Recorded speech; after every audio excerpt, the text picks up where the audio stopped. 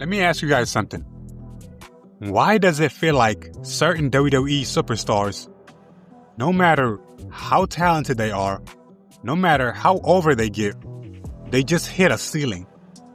And not just any ceiling, a very specific ceiling. Because when you really start paying attention, when you really start looking at the patterns, it raises a question that a lot of fans are uncomfortable asking.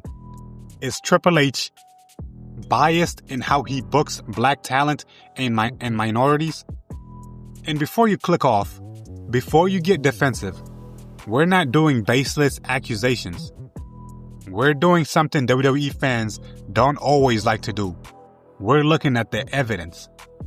Triple H, aka Paul Levesque, is widely praised as the guy who saved WWE. The mastermind behind NXT's golden era. The guy who gets wrestling. And when he took over creative from Vince McMahon, people expect a change. More fairness, more opportunity, more consistency. But here's the problem. If you actually look at how talent is booked under Triple H, there's a problem. And once you see it, you can't unsee it, man. Let's be clear about something. This isn't about saying Triple H is openly racist. That's lazy. That's extreme. This is about something more subtle. Booking bias. Who gets protected? Who gets second chances? Who gets depth? And who doesn't? Because in wrestling, booking is everything, man. You can't succeed if the system isn't built for you to succeed. Let's talk examples. Bobby Lashley, a legitimate star, a former WWE champion.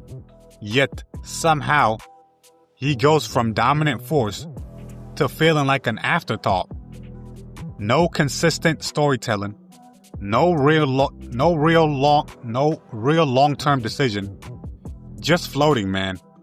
And then Montez Ford, one of the most charismatic performers in WWE. People have been calling him a future world champion for years. And what happens? Nothing.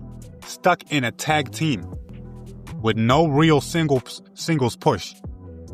Meanwhile, others get fast-tracked. Bianca Belair. Now, Bianca is a success story. But even with her, notice how quickly momentum gets cooled off. Notice how her stories sometimes lack depth compared to others. She's used, but is she maximized?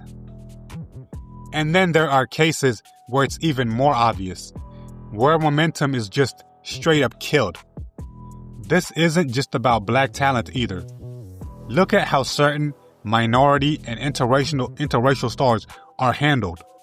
Shinsuke Nakamura, a global star, a proven main eventer, and yet constant stop-start pushes, never fully committed. Santos Escobar, incredible talent, great presentation, but positioned just below where he should be. Always almost important, never truly essential. It creates this feeling, man, that certain talent can only go so far. Now compare that to how other stars are booked. Long-term storytelling, multiple chances after failure, protection in losses. There's patience. There's investment. That same patient isn't always given equally. And that's where the criticism comes from. Now, to be fair, we have to address the other side. Because if you ignore this part, your argument falls apart. Triple H has pushed minority talent before. Bianca Belair, Street Profits, Dragon Lee. So clearly, it's not a simple, he doesn't push them situation. This issue is consistency. It's about sustained pushes, main event positioning, long-term storytelling investment, not just moments. This matters because WWE shapes perception.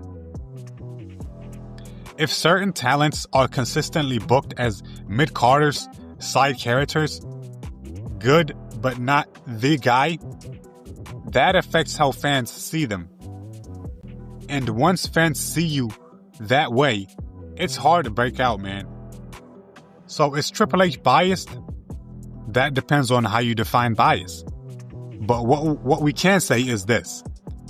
There are patterns in WWE booking that raise valid questions, and ignoring these questions doesn't make them go away. But now I want to hear from you guys. Am I reaching, or is this something you've noticed too? Drop your thoughts in the comments. And if you want more content that actually breaks this stuff down, not just surface level takes, hit that subscribe button, man, because we're just getting started. Thanks for watching, and I'll catch you guys on the next one.